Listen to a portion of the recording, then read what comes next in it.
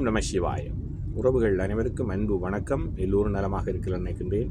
எல்லோரும் நலமாக இருக்க வேண்டும் என்று இல்லாமல் இறைவனை பிரார்த்தித்தவனாக வளமை கொண்ட ஒரு குரலை காணொலி வடிவிலே பதிவிட்டு வருகின்றேன்.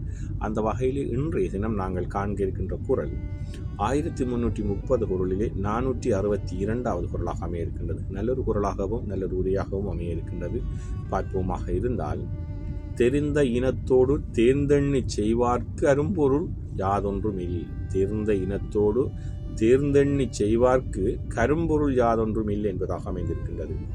அழகான 3 உரைகள் அமைய பெற்றிருக்கின்றன. நாங்கள் முதலாவது உரையை பார்ப்போமாக இருந்தால், ஆராய்ந்து தேர்ந்த இனத்துடன் செயலை பற்றி நன்றாக சேர்ந்து தாமும் எண்ணி பார்த்து செய்வார்க்கு அரிய பொருள் ஒன்றுமில்லை என்பதாக அமைந்திருக்கின்றது.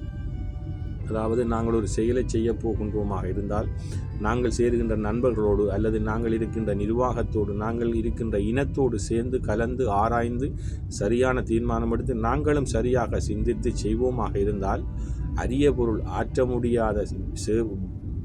முடியாத செயல் ஒன்றுமில்லை என்பதாகத்தான் அமைந்திருக்கின்றது.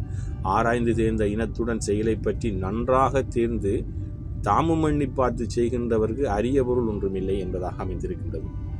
அதே போன்றுதான் கலைஞர் அவர்களும் தெரிந்த இனத்தோடு தேர்ந்தெண்ணி செய்வார் கரும்பொருள் யாதொன்றும் இல்லை என்ற பொருளுக்காக அழகான ஒரு சாதாரண உரைநடையில் ஒரு உரையை தந்திருக்கின்றார்கள். அதை பார்ப்போமாக இருந்தால், தெளிந்து தேர்ந்த நண்பருடன் சேர்ந்து ஆற்ற வேண்டிய செயலை ஆராய்ந்து தானும் நன்கு சிந்தித்து செய்தால் ஆகாதது ஒன்றுமில்லை என்பதாக அமைந்திருக்கின்றது.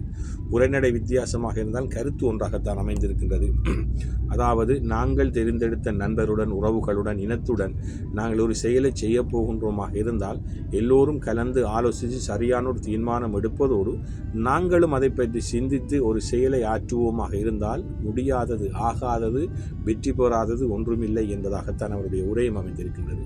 அதே போன்றுதான் சாலமன் பாப்பையா அவர்களும் தெரிந்த இனத்தோடு தேர்ந்தெண்ணி செய்வார் கரும்பொருள் யாதொன்றும் இல்லை என்ற பொருளுக்கான உரையை தந்திருக்கிறார்கள். அதை பார்ப்போமாக இருந்தால், தாம் தேர்ந்து கொண்ட நிர்வாக சுற்றத்தோடு ஒரு செயலை ஆராய்ந்து திட்டமிட்டு செய்வார்க்கு செய்ய முடியாத செயல் என்று எதுவும் இல்லை என்பதாக அமைந்திருக்கின்றது.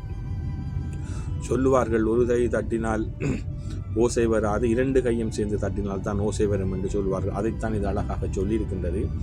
நாங்கள் ஒரு செயலை செய்ய போகின்றோமாக இருந்தால் நாங்கள் மட்டும் சிந்திக்காமல் நாங்கள் சேர்ந்திருக்கின்ற இனத்தோடு நாங்கள் சேர்ந்திருக்கின்ற நல்ல அறிவுள்ள நண்பர்களோடு நாங்கள் சேர்ந்திருக்கின்ற அறிஞர் சுற்றத்தோடு நாங்கள் சரியாக சிந்தித்து தீர்மானம் எடுப்பதோடு மட்டுமன்றி நாங்களும் அதை பற்றி கலந்து ஆராய்ந்து சரியான தீர்மானத்தை எடுத்து ஒரு செயலை செய்ய முற்படுவோமாக இருந்தால் முடியாத காரியம் ஒன்றுமில்லை, எல்லாம் வெற்றி அளிக்கும் என்பதைத்தான் இந்த குறள் அழகாக சொல்லியிருக்கின்றது. உண்மையிலேயே தெரிந்த இனத்தோடு தேர்ந்தெண்ணி செய்வார்க்கு கரும்பொருள் யாதொன்றுமில். நாங்கள் எங்களுடைய வாழ்க்கையில் ஒரு செயலை செய்ய போகின்றோமாக இருந்தால் நாங்கள் சேர்ந்திருக்கின்ற மூத்த அறிஞர்களிடம், நாங்கள் சேர்ந்திருக்கின்ற நண்பர்களிடம், நாங்கள் சேர்ந்திருக்கின்ற இனவரிடம், நாங்கள் சேர்ந்திருக்கின்ற ஒரு வேலை பணியில் இருக்கின்ற நிர்வாகத்திடம் சரியான முடிவை கலந்து ஆலோசித்து எடுத்து செய்வோமாக இருந்தால், அந்த செயலை செய்வோமாக இருந்தால் அது நிச்சயமாக வெற்றி பெறும். இப்படித்தான் எல்லா செயல்களையும் நாங்கள் கலந்தாலோசி ஒற்றுமையோடு செய்வோமாக இருந்தால் செய்ய முடியாத காரியம் எதுவும் இல்லை என்பதைத்தான் இன்றைய குறள் அழகாக சொல்லியிருக்கின்றது.